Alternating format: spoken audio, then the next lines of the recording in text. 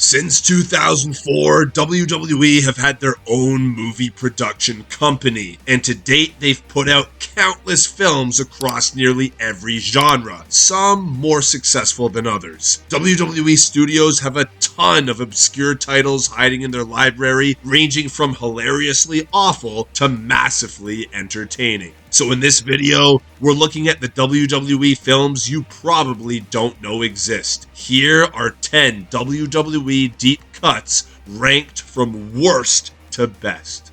Starting with number 10, Leprechaun Origins 2014. In this 2014 outing, the iconic horror movie villain is played by none other than Hornswoggle. It's an understandable choice as he's the only dwarf in WWE, but the problem is that Hornswoggle is neither scary nor a decent actor. What follows is a cliched horror plot that sees the demonic leprechaun kill off teenagers one by one in the Irish countryside. On paper, that doesn't sound too bad, but the film is wrought with lifeless characters, bad acting, and cringe-worthy dialogue. Hornswoggle has had no shortage of awful moments in the WWE, but imagine one of those segments stretched out for 90 minutes and you've got Leprechaun Origins. Number 9, Knucklehead 2010. Knucklehead was WWE's first attempt at a pure comedy film, and they failed on almost every level. The film sees former WWE superstar The Big Show play a 35-year-old doofus that still lives in the orphanage he grew up in. After accidentally burning down the orphanage, Big Show turns his hand to the world of MMA to raise money needed to repair the home. Big Show hits his head a lot. He breaks wind. He doesn't understand social etiquette. That's pretty much the entire movie. It's a shame because Big Show is a talented actor, but Knucklehead feels like Vince McMahon took his list of bad ideas and turned them into a film. The fact that this film made less than $8,000 at the box office should tell you everything. Number 8, Pure Country, Pure Heart 2017. Pure Country, Pure Heart is a country-themed musical film that was so bad that WWE Studios didn't even advertise it before it was released. The film sees two sisters in Tennessee follow the trail of their estranged father after learning he was a country musician. Other than a brief appearance by Shawn Michaels, WWE's fingerprints are barely anywhere to be seen on this train wreck, and we're not sure if that's a good thing or not. There are no other wrestler cameos, no subtle mentions of wrestling, no fight scenes with super kicks. It's just 90 minutes of bad country music and hammy acting. Pure Country is such an obscure film that it's the only film through WWE Studios that has no Rotten Tomatoes rating. This one isn't even worth watching if you're a wrestling fan, and the only saving grace is that you get to see Shawn Michaels in his trademark cowboy hat.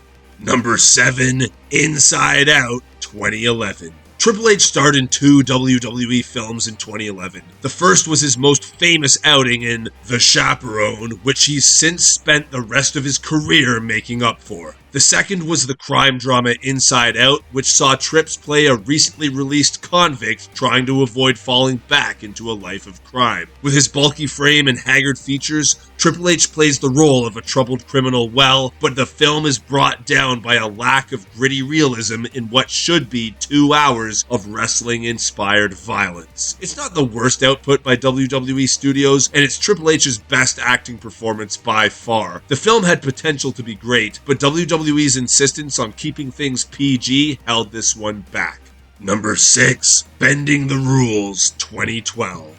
In this outing, Edge plays a rogue police officer that doesn't play by the rules, but still manages to get results. He's an overly cliched, super cool cop that wears Hawaiian shirts and takes a lax view of the justice system, which is why he's on the hook for corruption charges. Sporting his trademark long hair and the red sunglasses he wore during his days in the Brood, Edge looks and acts like a child's interpretation of a cool cop. Despite the plot revolving around police corruption and organized crime, it's beholden to WWE's strict PG standards, so all of the characters, Edge included, are forced to play caricatures rather than believable depictions. It's not the worst WWE film, but it's bad. Number 5, Countdown 2016.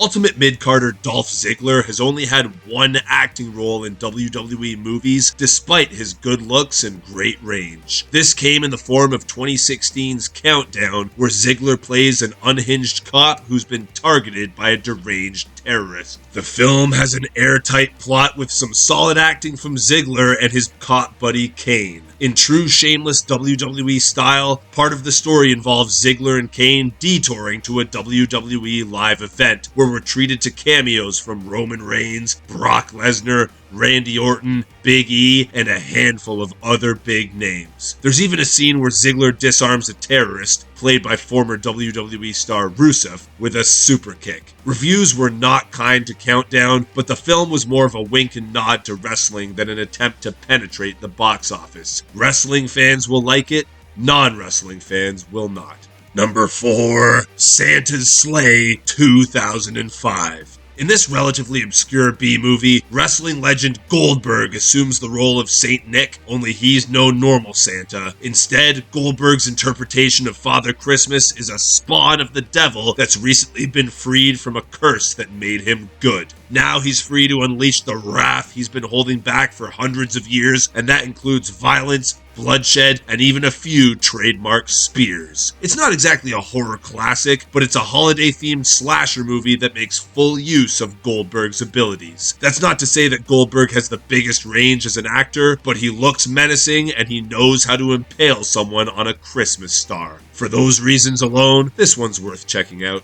Number 3, The Rundown 2003.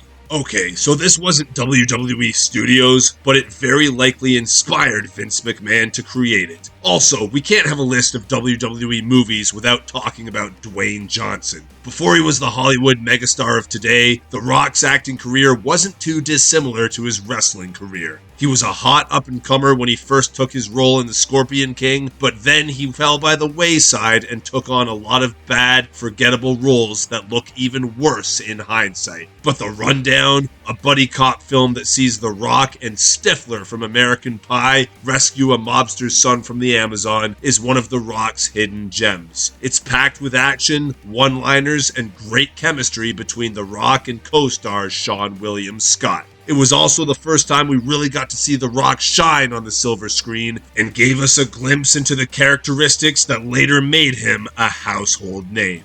Number 2, See No Evil 2, 2014. The original See No Evil was one of WWE's more commercial films, and it saw Kane brutally murder a bunch of teenagers inside a hotel. At the end, we all thought Kane had been killed off, but in See No Evil 2, the Big Red Machine returned to do the same again, this time inside a morgue. It's Kane's monstrous physique and menacing aura that turned the film from simple slasher into a memorable slaughterfest. With his gigantic frame, veiny biceps, and sinister glare, Kane could have had a second career as a horror villain because he looks born to play the part. The film has a ton of creative kills that are straight out of Friday the 13th's playbook, and it remains one of WWE's best produced and well-written movies to date.